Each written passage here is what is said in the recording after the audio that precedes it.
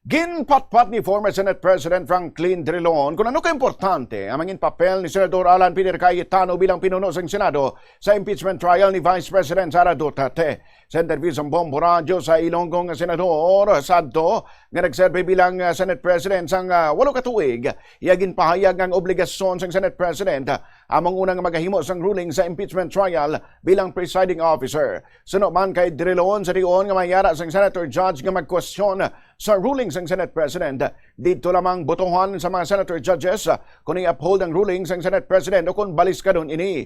Manumduman nga nagpungko si Senador Alan Peter Cayetano bilang bagong Senate President sa Mayo 11 matapos ang kodita nga nagsipa kay Senador Tito Soto sa among puwesto. Importante ang role ng Senate President kay on any question that is raised in the trial, ang una gid nga mag-ruling ang Senate President bilang presiding officer.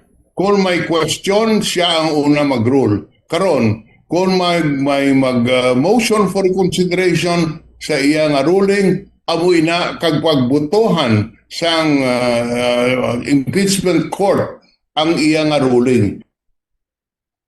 Ang kabainsang pahayag ni former Senate President Franklin Drilon.